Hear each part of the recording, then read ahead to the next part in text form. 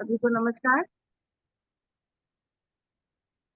और जैसा कि सर अभी बात कर रहे थे कि हम लोग आज स्पेशली बात करेंगे हमारे जो सेहत का द्वार जहाँ से खुलता है हमारे घर में। हम लोग सभी समझ पा रहे होंगे कि हमारे घर में सेहत का द्वार कहाँ से खुलता है। अगर सेहत के 4 पिलर की बात करें तो उसमें एक इम्पॉर्टेंट पिलर है न्यूट्रिशन। और घर में न्यूट्रिशन को जो लेके आती हैं वो एक घर में जो महिला होती है, घर की जो लेडीज होती हैं, वही न्यूट्रिशन को घर में लेके आती है ना। किचन के माध्यम से कह लीजिए या जिस तरीके से भी कह लीजिए, आपको भोजन पहुंचाने का काम घर में महिलाओं का ही होता है। 99%। 1% एक अलग बात है।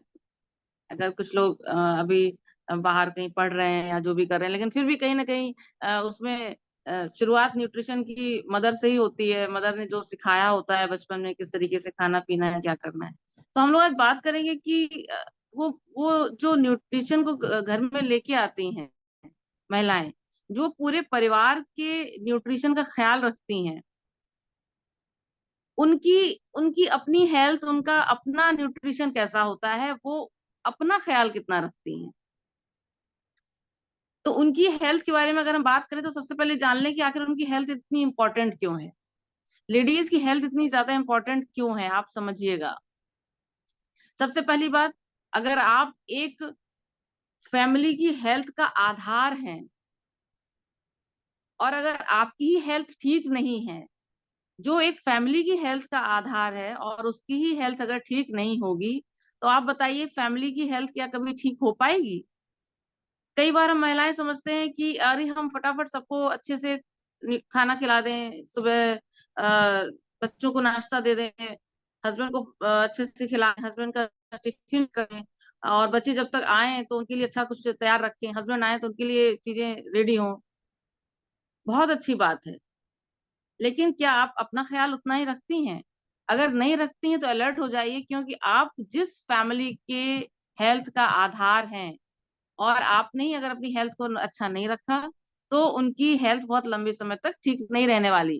क्योंकि मैं अपने एक्सपीरियंस से कह रही हूँ कि जब मैं देखती हूँ महिलाएं जब हस्बैंड के साथ आती हैं ओपीडी में, तो जो भी समस्या लेके जब आ रही होती हैं, तो उससे महिलाएं तो अपनी समस्या बता देती हैं कि हमको ये दिक्कत है डॉक्टर साहब, हमें ये दिक्कत, हमें नींद नहीं आ रही है, और हमें अ, उलझन होती है, या फिर हमें कमर में दर्द है, तो कमजोरी लगती है। वो तो बता रही होती है, सोच रही होती है हम डॉक्टर को दिखाने आए हैं, दवाइयां ले लें, लेकिन वहां पे उनके हस्बैंड की हालत में देखती हूँ कि वो बहुत ही परेशान होते हैं। उनका साइकोलॉजिकल जो उस समय मानसिक जो लेवल होता है, उसको हम लोग जब बात करते हैं तो देखते हैं कि हस्बैंड लोग कहीं ना कहीं समझ रहे होते हैं, सोच रहे होते हैं कि ये भैया ये हेल्दी रहे, ये स्वस्थ रहे, इसको लेके हमें डॉक्टर के पास ना जाना पड़े। ये यहाँ पे जितने मेल मेंबर्स हैं ना, वो समझ पा रहे होंगे कि अगर महिला की तबीयत खराब होती है या दिक्कत होती है कहीं किसी, तो वो कितने ज्यादा मानसिक तौर पे परेशान हो जाते हैं। ये कहीं ना कहीं वो समझते नहीं, समझ नहीं पाते हैं, सोचते हैं कि अरे छोटी सी बात है, हम दिक्कत है, हमें डॉक्टर के पास ले जाना है, और ये ले जाके दिखा रहे हैं। इतना ही नहीं है, मेल मेंबर्स बहुत ज्यादा परेशान हो जाते हैं। और ये कहीं ना कहीं हमारी, कहते हैं ना, जो पूरी वेलबींग है, उनके काम को अफेक्ट करता है, उनकी खुद की हेल्थ को भी अफेक्ट करता है ना। तो पूरी वेलबींग को अफेक्ट करता है। तो हमें हेल्दी रहना है, और हमें हेल्दी रहने के पीछे एक और वजह है कि जो हमारा जो टाइम होता है कि बच्ची जब पैदा होती है, उसके बाद वो एक जो उसका किशोरावस्था होती है उसमें पहुंचती है, तो माहवारी शुरू होती है। उस टाइम पे क्या होता है, पूरे हार्मोन्स चेंज हो रहे होते हैं। फिर वो आगे बढ़ती है, उसको जो रिप्रोडक्टिव एज उसकी शुरू होती है, उसको प्रेगनेंसी जब वो लेती है, गर्भावस्था में पहुंचती है, तो फिर पूरे हार्मोन्स चेंज हो रहे होते हैं। वो समय उनका जाता है, एक प्रेगनेंसी या दो प्रेगनेंसी या तीन प्रेगनेंसी होती है। फिर जब हमारी जी। मेनोपॉज की स्टेज पहुंच रही होती है, जब महावारी बंद हो रही होती है, तो अगेन फिर एकदम ड्रेस्टिक तरीके से हार्मोन्स चेंज हो रहे होते हैं। 3 3 बार इस कदर हमारी बॉडी में भगवान पूरी तरीके से चेंजेस लाते हैं। और साधारण तौर पे हमसे एक्सपेक्ट किया किया जाता है, एक्सपेक्ट किया मतलब सब लोग यही सोच रहे होते हैं ना, सामने से हमें देख रहे होते हैं कि भाई एक इंसान है, और ये इसको नॉर्मल तरीके से बिहेव करना चाहिए, नॉर्मल रहना चाहिए। लेकिन जब इस तरीके से जो हार्मोन चेंज होते हैं, उस टाइम पे कहीं ना कहीं मानसिक बदलाव होते हैं, जिसपे हमारा कंट्रोल नहीं, कई बार कंट्रोल नहीं भी होता है, लेकिन फिर भी हमें कंट्रोल करना पड़ता है। हमें सामान्य इंसान दिखना पड़ता है, लेकिन बहुत ज्यादा हार्मोन्स चेंज हो रहे होते हैं जब इन 3 अवस्थाओं में। तो उस समय अगर हमें अपने आप को बैलेंस रखना है, तो हमारा न्यूट्रिशन बहुत ही इम्पोर्टेंट, बहुत ही अच्छा होना चाहिए। ये आप लोग भी समझिए कि कोई साधारण बात नहीं है ना? जब हमारी किशोरावस्था में हम पहुंच रहे होते हैं, हार्मोन्स बदल रहे हैं, और उस समय अगर हमारा न्यूट्रिशन अच्छा नहीं है, तो जो हार्मोन्स का चेंजेस होना होता है, वो कहीं ना कहीं बहुत अच्छे तरीके से बच्चे नहीं ले पाते हैं। कई बार बच्चे चिड़चिड़े हो रहे होते हैं, है ना? आपने महसूस किया होगा कि क्यों किशोरावस्था में बच्चे चिड़चिड़े होते हैं, क्योंकि उस टाइम पे हार्मोन्स बदल रहे होते हैं। अब हार्मोन्स बदल रहे हैं, हार्मोन्स बन रहे हैं, और हमें हार्मोन्स कहाँ से बनते हैं? प्रोटीन से बनते हैं। न्यूट्रिशन अच्छा है नहीं, तो और एक अजीब सा माहौल क्रिएट होता है। तो हमारा यहाँ पे न्यूट्रिशन बहुत इंपॉर्टेंट है। जब हमारी गर्भावस्था चल रही होती है, उसमें आप सभी अच्छी तरीके से समझते हैं, आप किसी भी डॉक्टर को दिखा रहे होते हैं, वो कुछ नहीं तो मिनिमम आयरन कैल्शियम हमें जरूर लिखते हैं। क्यों लिखते हैं? क्यों? क्योंकि इतना ज्यादा इंपॉर्टेंट है। अगर हमने उस समय अपना ध्यान नहीं रखा, तो आने वाले टाइम में, भले ही उस टाइम हमें ना पता चले, लेकिन उसके बाद जो समय आपका आएगा 35-40 का, तो आपका हड्डियां कमजोर होना शुरू हो जाएंगी। ऐसा भी कई बार हो सकता, आपने देखा होगा कि एकदम हमारी मम्मी जी तो एकदम ठीक थी, बस ऐसे बैठी थी और हाथ बस ऐसे मुड़ा और टूट गया। ये कई लोगों ने सुना होगा। ऐसा क्यों होता है? हड्डियां इतनी ज्यादा कमजोर हो चुकी होती हैं। और ये हड्डियां कमजोर होना आज उसी समय या 1 साल पहले या 2 साल पहले शुरू नहीं होता है। वो राइट शुरू होता है आपकी, जब आपने अपनी गर्भावस्था में अपना ध्यान नहीं रखा होता है, कैल्शियम का सही तरीके से लंबे समय तक सेवन नहीं किया होता है। अब वो लंबा समय कितना होगा? अगर हम न्यूट्रिशन की बात करें, तो वो लंबा समय आपका स्टार्ट होता है जब आप उस उस उस स्त्री का, जब वो गर्भ में होती है, जब वो स्त्री, जब वो बच्ची आपके गर्भ में पल रही है, तब से आप उसका न्यूट्रिशन का ख्याल रखना स्टार्ट करते हैं। फिर जब वो आगे बढ़ती है, जब वो ग्रोइंग फेज में होती है, उस टाइम पे बहुत इंपॉर्टेंट है कि आप उसको सही मात्रा में प्रोटीन दे रहे हैं, सही मात्रा में कैल्शियम दे रहे हैं, सही मात्रा में अगर देख रहे हैं ना, मल्टी विटामिन, मल्टी मिनरल्स दे रहे हैं। कई बार हम लोग सोचते हैं कि अरे ये तो जब तबीयत खराब होती है तभी हमें खाना चाहिए। ऐसा बिल्कुल भी नहीं है। अभी तो डॉक्टरों ने एडवाइस करना शुरू कर दिया, जब बच्चे पैदा होते हैं तभी उनको विटामिन डी की ड्रॉप्स दे दी जाती है, क्योंकि देखा जा रहा है कि इतना ज्यादा विटामिन डी की कमी हो जा रही है। और विटामिन डी की कमी होने से सिर्फ हड्डियां ही कमजोर नहीं होती, आपका नर्वस सिस्टम भी ठीक से काम नहीं करता, आपका ब्रेन भी ठीक से काम नहीं करता, आपको नींद ना आना, आपको डिप्रेशन हो जाना, बहुत बड़ी एक वजह है विटामिन डी की कमी से डिप्रेशन होना। तो बच्चों को विटामिन डी की ड्रॉप पैदा होते ही दे दी जाती है। अब बच्चे को विटामिन डी की ड्रॉप पैदा होते ही दे दी गई, लेकिन क्या माँ वो विटामिन डी ले रही है जो उसको दूध पिला रही है? वो हम कहीं ना कहीं भूल जाते हैं कि हम उसको दूध पिला रहे हैं, उसमें विटामिन डी का लेवल ठीक है या नहीं, लेकिन अलग से डॉक्टर जो देते हैं उसे हम कहीं ना कहीं अब ऐड करना शुरू कर दिए हैं। तो सिर्फ विटामिन डी ही नहीं, हमें किन किन विटामिन मिनरल्स की आवश्यकता है? जितने भी अवेलेबल विटामिन मिनरल्स हैं हमारे पास, बहुत सारी तो ऐसी चीजें हैं अभी तक जो हमें पता ही नहीं है कि और कितने विटामिन मिनरल हमें लेने चाहिए। ऐसे में हम कहते हैं कि जो फ्रूट्स एंड वेजिटेबल्स हैं, जो फाइटो न्यूट्रिएंट्स हैं, वो हमें ज्यादा मात्रा में लेने चाहिए। क्योंकि फ्रूट्स और वेजिटेबल्स में जो हम जितने मिनरल्स, विटामिन हम जानते हैं, वही विटामिन ए, डी, ई, के, B1, B2, B3 है ना, B complex, vitamin C, vitamin E, इसके अलावा और भी बहुत सारे फाइटो न्यूट्रिएंट्स हैं जिनके बारे में हमें ज्ञान ही नहीं, जिनको हम एक सिंगल वर्ड देते हैं फाइटो न्यूट्रिएंट्स। तो वो विटामिन मिनरल्स हमें उनसे मिलते हैं। आयरन, कैल्शियम, जिंक, मैग्नीज, इसके अलावा और न जाने कितने, क्रोमियम, कितने मिनरल्स हैं जो हमें फ्रूट्स एंड वेजिटेबल से मिलते हैं। तो जो हमें नोन है, एटलीस्ट वो तो हम हर दिन अपने बच्चियों की डाइट में उपलब्ध करवाएं। तो ये इंश्योर करें कि अपनी हमारी जो बच्चियां हैं उनको हम सारे विटामिन मिनरल्स प्रतिदिन, प्रतिदिन, आप ये समझिएगा, कई बार ऐसे बच्चियाँ आती हैं कि मतलब माएँ लेके आती हैं कि मैम ये इसको दिक्कत हो रही है और ये जब पढ़ रही होती है तो उसको नींद आने लगती है या फिर कई बच्चों को नींद नहीं आती है। ऐसा भी होता है कि इसको नींद ही नहीं आ रही है और इसको कमर में दर्द बच्चे कमर दर्द लेके आ रहे हैं। बच्चे कमर दर्द लेके आ रहे हैं, तो ऐसा क्यों हो रहा है? तो उनको हम कहते हैं कि भई देखिए कैल्शियम लेना है। अब आप यहाँ पे फिट मी कम्युनिटी में बहुत अच्छी बात है कि आप यहाँ पे ये बात समझ पा रहे हैं। जब हम बैठे होते हैं अपनी डॉक्टर की सीट पे तो ज़्यादा से ज़्यादा 1 महीने का कैल्शियम लिखते हैं, 2 महीने का कैल्शियम लिखते हैं।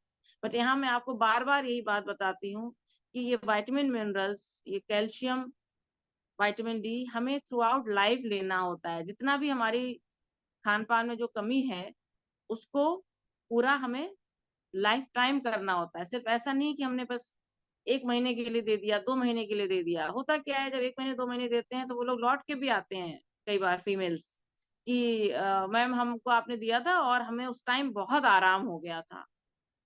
अब हमें वो दिक्कत ना हम 3-4 महीने ठीक रहे और हमें फिर से होने लगी। तो फिर हम उनको फिर से उनको कैल्शियम, विटामिन डी और मल्टीविटामिन की एक टैबलेट लिख के देते हैं। कहते भी हैं कि आप इसको लेना चाहिए आपको थ्रू आउट। लेकिन थ्रू आउट कौन-सी विटामिन मिनरल लेना चाहिए जो कि ऐसी है जो आपको कोई साइड इफेक्ट ना पहुँचाए।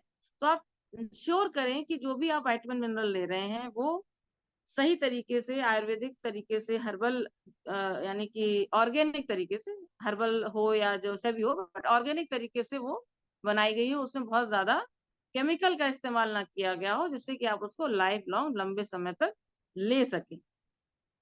प्रोटीन की इम्पोर्टेंस की अगर बात करूँ तो आज में देखा जा रहा है, मैं देख रही हूँ कि नई-नई कम उम्र की लड़कियों को डायबिटीज़ हो जा रही है। वो प्रेग्नेंसी जब वो ले रही हैं तो प्रेग्नेंसी होने के साथ-साथ उनको डायबिटीज़ भी हो जा रही है 1 महीने 2 महीने के बाद ही। या किसी को पहले से ही डायबिटीज़ है, यंग लड़कियों को मैं बता रही हूँ आप 28-29 साल की हैं, 30 साल की हैं और वो डायबिटीज़ से पीड़ित हैं।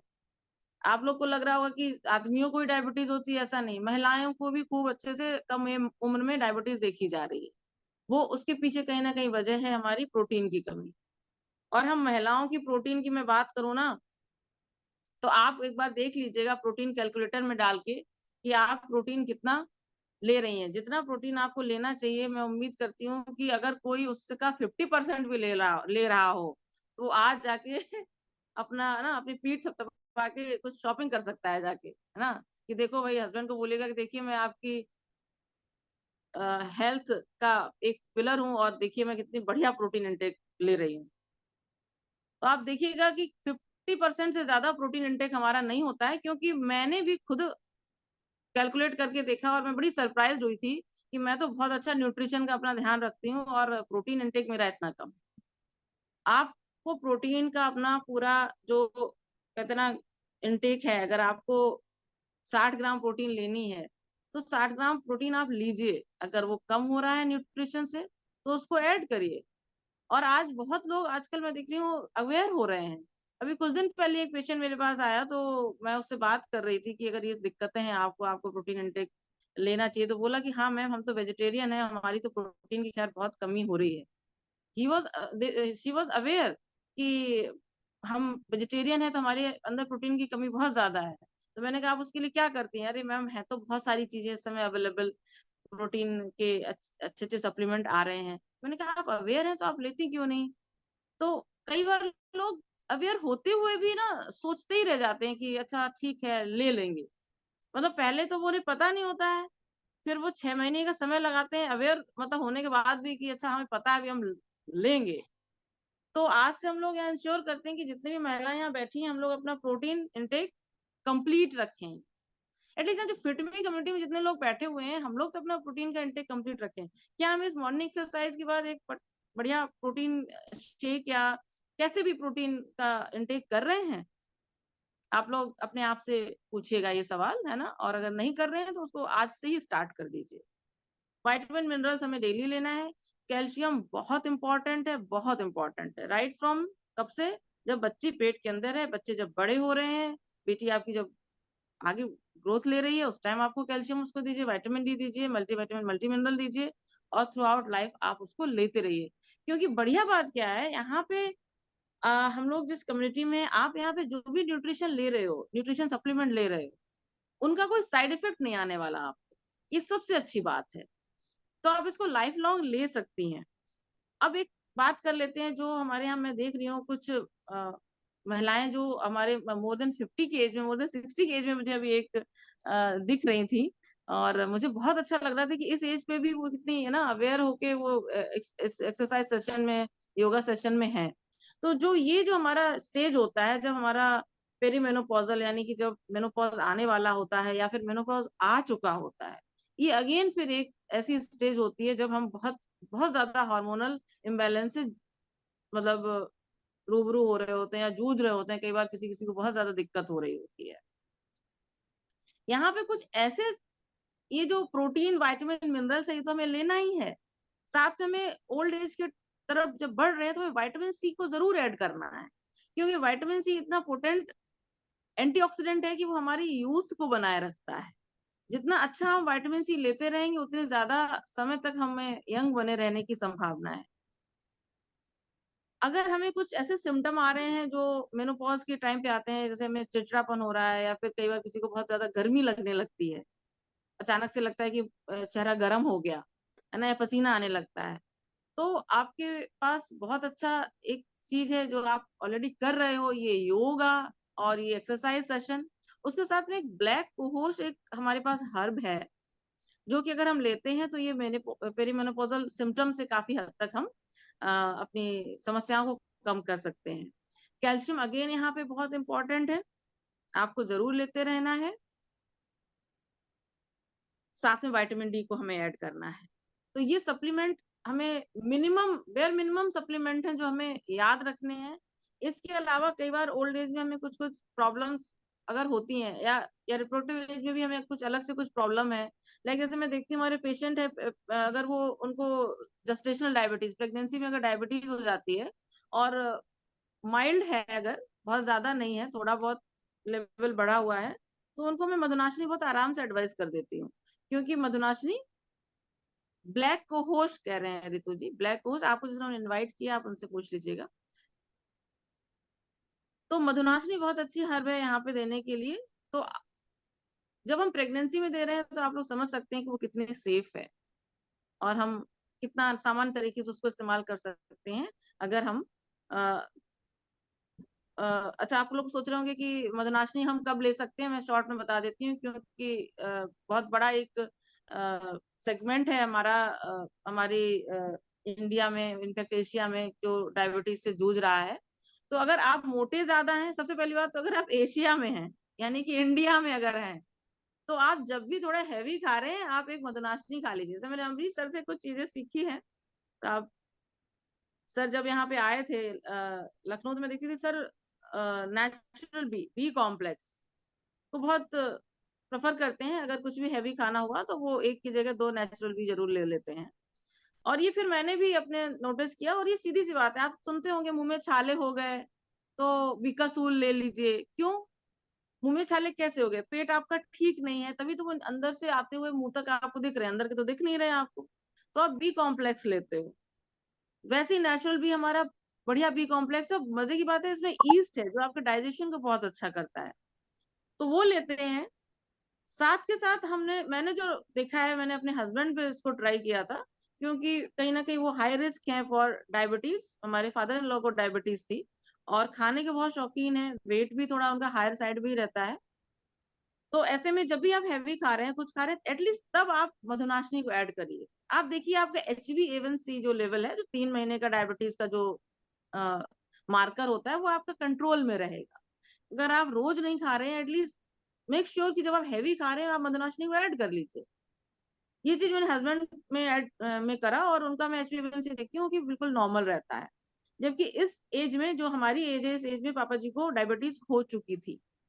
तो ऐसी ये मदनाचनी की बात हुई। इसके अलावा अगर आपको कोई और बीमारी है, बीमारी से एसोसिएटेड और बहुत सारे सप्लीमेंट है जो कि हम ऐड कर सकते हैं, और डॉक्टरों के पास जाने से बच सकते हैं दवाइयां लेने के लिए, है ना। थैंक यू तो Kumudini thank ji, you very much. बहुत ही बढ़िया नॉलेज उन्होंने दी, एक जबरदस्त क्लैपिंग करेंगे। बट मैं यहाँ लेडीज के बिहाफ पे कुछ क्वेश्चन आपके साथ पूछना चाह रहा हूँ, और कुछ क्वेश्चंस मेरे पास यहाँ आए भी हैं, क्योंकि समय हमारे पास बहुत कम है। जो मैंने पर्सनली फील किया है, लेडीज सुबह के ब्रेकफास्ट को लेकर बहुत ज्यादा लापरवाह रहती हैं। तो आप अपने एक्सपीरियंस से थोड़ा बताएंगे, क्योंकि ज्यादातर बच्चों को स्कूल भेजना होता है, हस्बैंड को भेजना होता है। इंडिया में लेडीज नॉर्मली 6 बजे उठ जाती हैं। और जब मेरी, क्योंकि मैं खुद वेलनेस इंडस्ट्री में हूँ, और ब्रेकफास्ट का समय उनका कई बार 11 बजे तक और 12 बजे तक होता है, जब तक वो घर का काम कंप्लीट ना कर लें। तो आप यहाँ पे जो लेडीज उपस्थित हैं फिटमी कम्युनिटी में, आप उनको क्या रिकमेंड करना चाहेंगे? स्पेशली मॉर्निंग ब्रेकफास्ट की टाइमिंग क्या होनी चाहिए, और कितना इंपॉर्टेंट है मॉर्निंग ब्रेकफास्ट?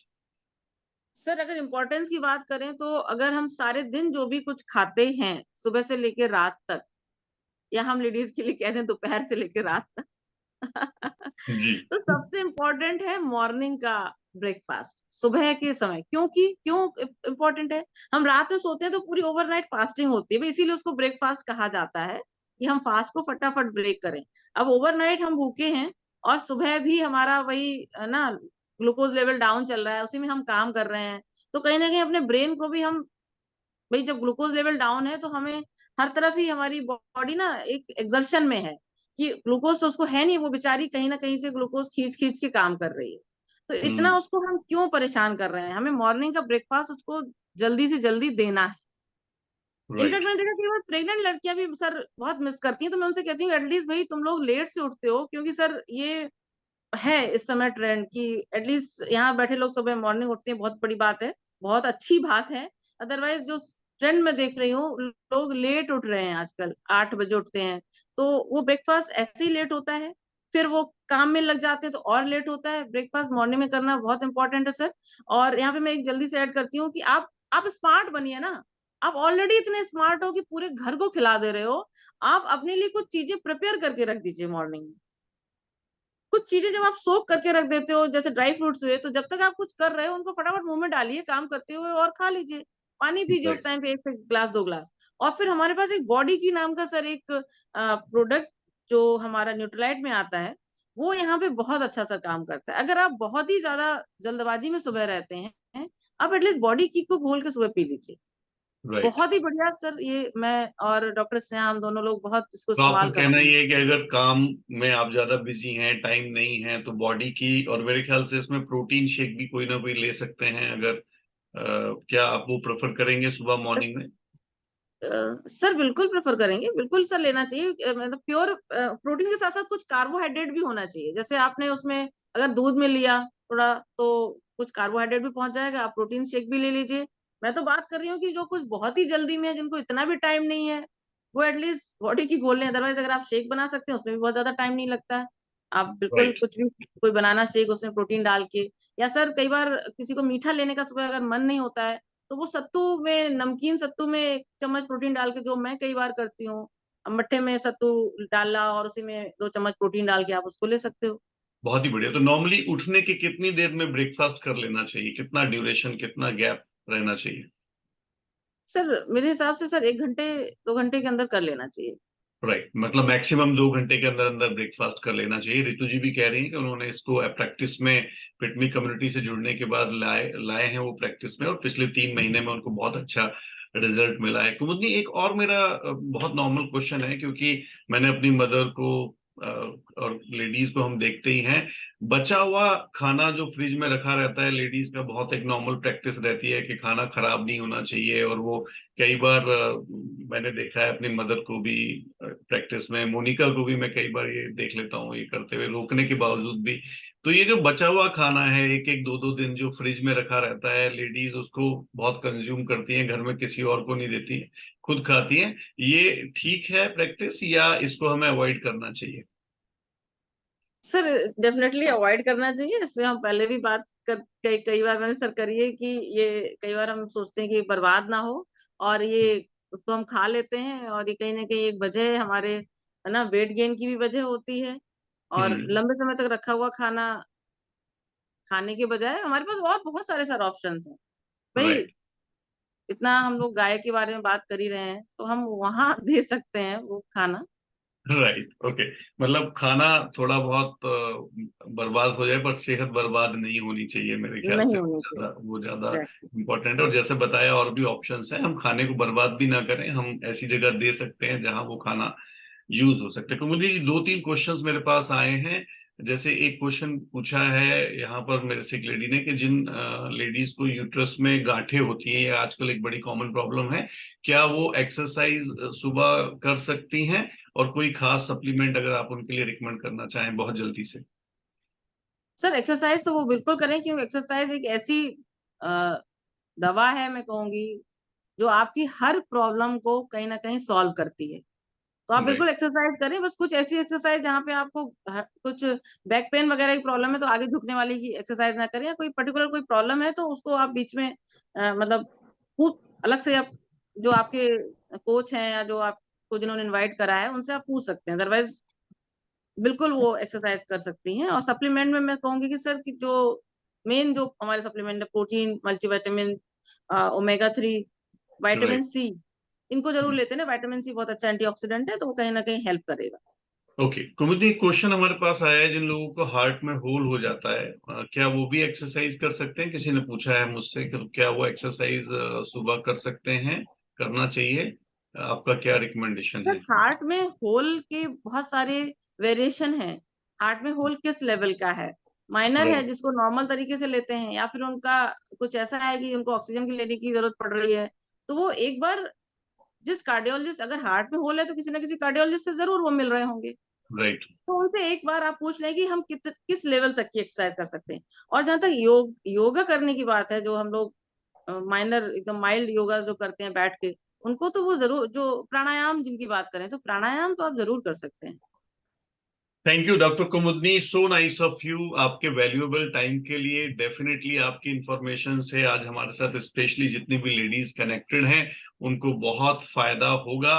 सो दोस्तों, यहाँ पे हमारा बात सेहत की का सेशन आज क्लोज रहेगा। मैं आशा करता हूँ पिटमी कम्युनिटी के इस प्लेटफॉर्म से आप सबको इससे बेनिफिट रहा होगा। तो ये सेशन आज हम यहाँ पर क्लोज करेंगे। आज चूंकि फ्राइडे है और हमें पता है कि हमारा सेकंड सेशन भी just after this session start होने जा रहा है, तो अभी मैं बस 1 मिनट के लिए इस आईडी को यहाँ पर क्लोज करूंगा। एक जबरदस्त क्लैपिंग से हम डॉक्टर कुमुदनी को धन्यवाद देंगे।